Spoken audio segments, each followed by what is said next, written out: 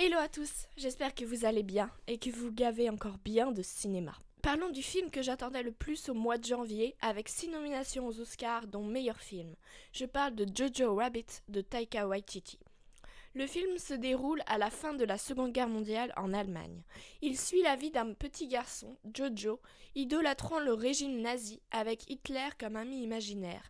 Mais il va vite retomber sur terre en rencontrant une jeune fille nazie que sa mère a recueillie dans leur grenier. Le film est génial. Je vais commencer d'abord par quelques petits défauts avant de vous dire clairement que ce film est incroyable. Je pense que comme le film se déroule en Allemagne, les acteurs auraient dû avoir plus l'accent allemand. Ça fait trop américanisé à mon goût.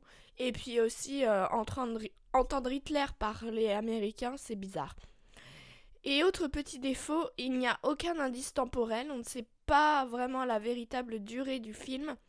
C'est surtout à la fin de la guerre, quand les Russes et les Américains envahissent le pays. Ça a duré plusieurs mois normalement, et dans le film, on a l'impression que ça ne dure même pas une journée. Ils auraient pu mettre des fondus au noir, par exemple.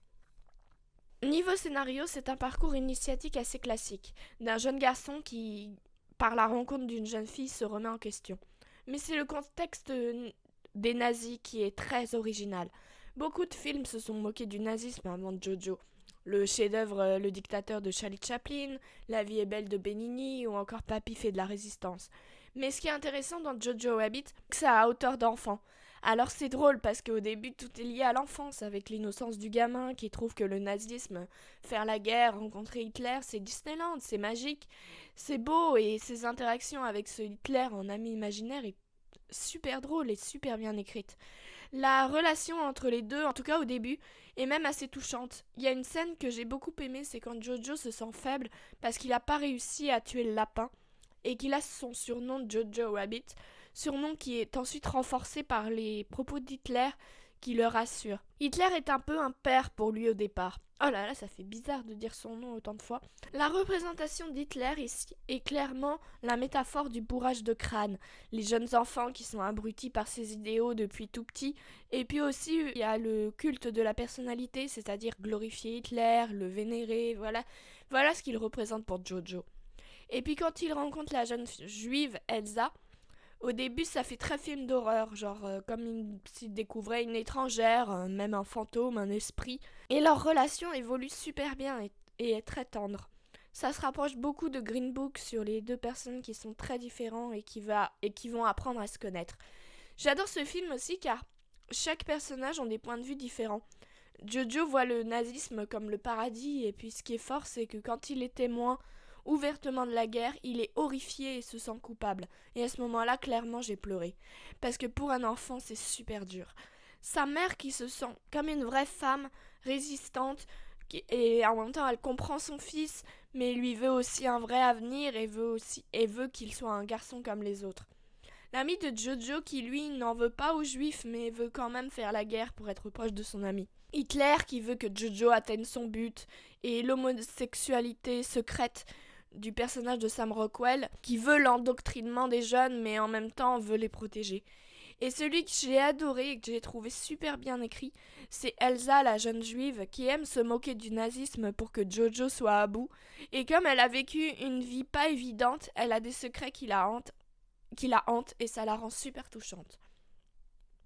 La scène où elle se sent obligée de dire Hi Hitler est absolument horrible et on sent son tracas, même si avant on riait parce qu'il y avait un grand comique de répétition. Et c'est clairement ça le film. Il est au premier abord terriblement drôle.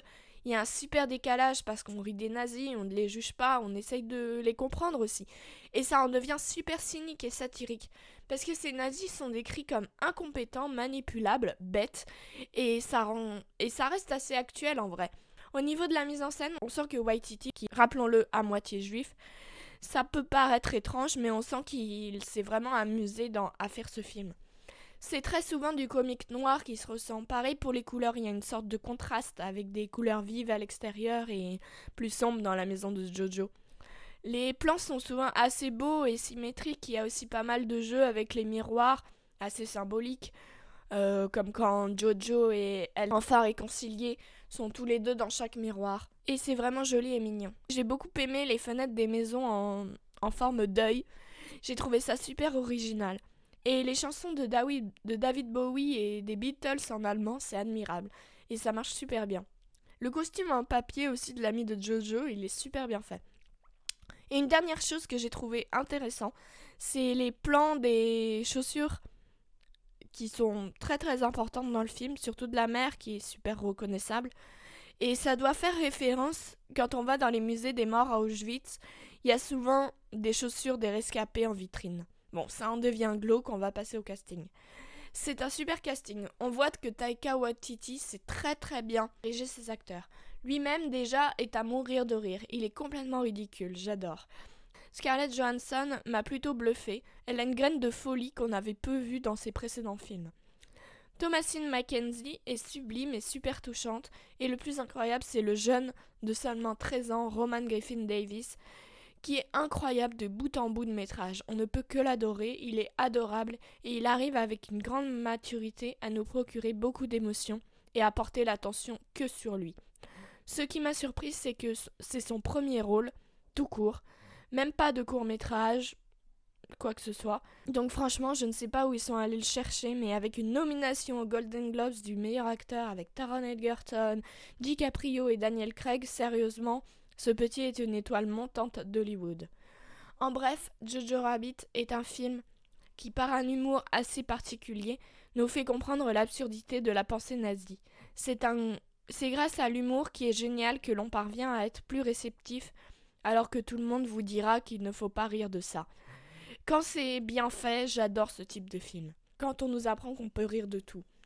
Même si c'est à hauteur d'enfant, je ne suis pas sûre que c'est vraiment adressé à eux. La fin est quand même super dure et ils ne capteront pas tout.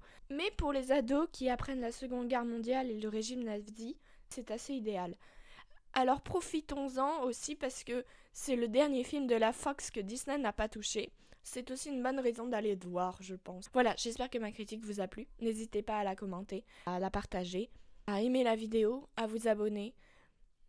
Allez voir des films et moi je vous dis à plus.